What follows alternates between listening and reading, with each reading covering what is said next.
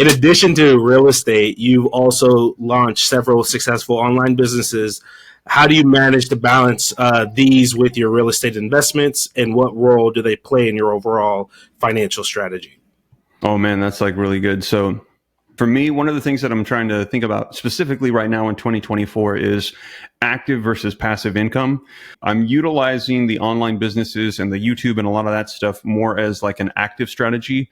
And I'm kind of slowing down a little bit on the flips because, interest rates have been been going nuts. And it's not even about the interest rates going up because, historically, interest rates average 7%. So we're like around the historical average, but the rate at which they go up is what's so important. So the Federal Reserve increasing the interest rates is what has really stifled the growth of the market. Because I mean, if you increase from 3 to 7, you double, the interest rates in a short amount of time. Well, people are like, oh, dude, like I can't afford a house now. If you had done it incrementally, it would have helped. And then also, people that locked in these 3%, 2%, they're not going anywhere. I'm not going to sell. So not only do you not have buyers, but you don't have sellers. So like it's been a very weird, market, and people are on the sidelines like, I'm waiting for the crash. And I'm like, dude, it might correct, but I think you might be waiting a long time if you're waiting for 2008. I think it's biblical. The rich are going to get richer and the poor are going to get poorer. It's the parable of the talents.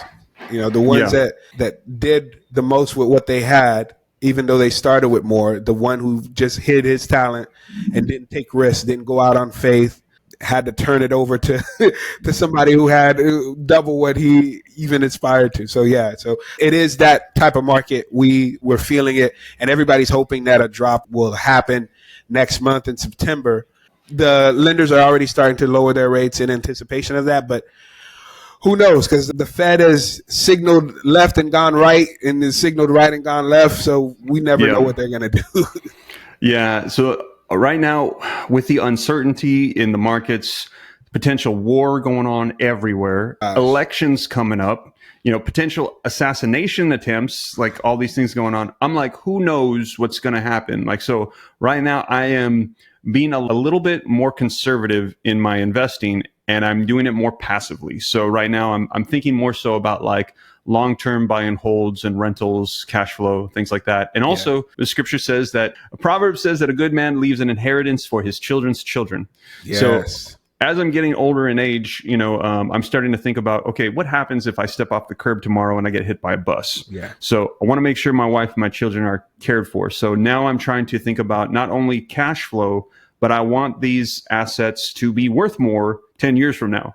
So I'm kind of shifting some of my portfolio from cash flow to appreciation as well. So the real estate, I'm taking a little bit more of a long-term passive approach and funneling in the active income from my online businesses. Now, in regards to your part of the question where you said, how do we manage all of these different businesses and things like that? That is a good question. I don't think there's like a perfect answer for anybody, because I like to think of the end goal in mind and then reverse engineer it, right? So like, what do I want my life to be like? Not the formula that society gives me. Society tells me work 40 hours a week, 8 hours a day.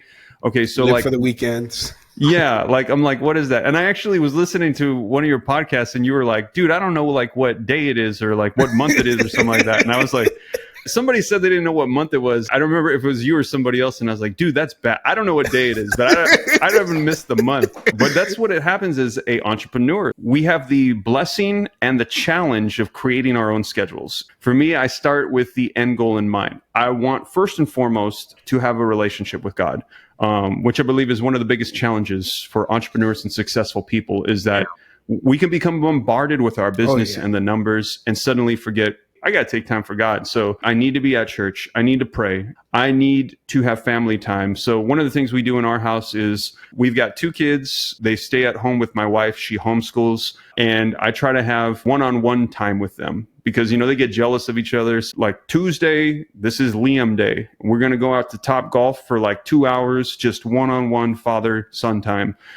Thursday, Naya Day, her and I, we're going to go out, we're going to eat ice cream, we're going to talk about, her books and all these things. And then Fridays and Saturdays, I'm going to have time out for my wife, just one-on-one talk time, let's talk about what we got going on, our stresses, our blessings, our future, and let's build this together. Like, let's create a family legacy, and let's say, what do we want our future to look like? I try to start with that, with like faith and family.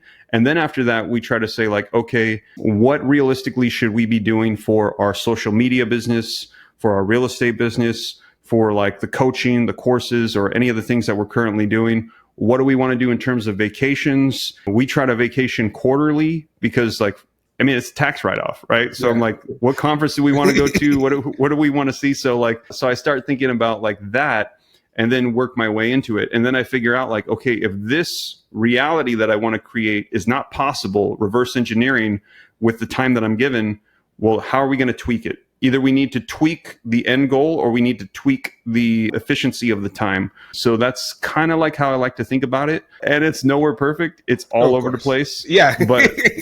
But that's kind of like how we do it. That's awesome.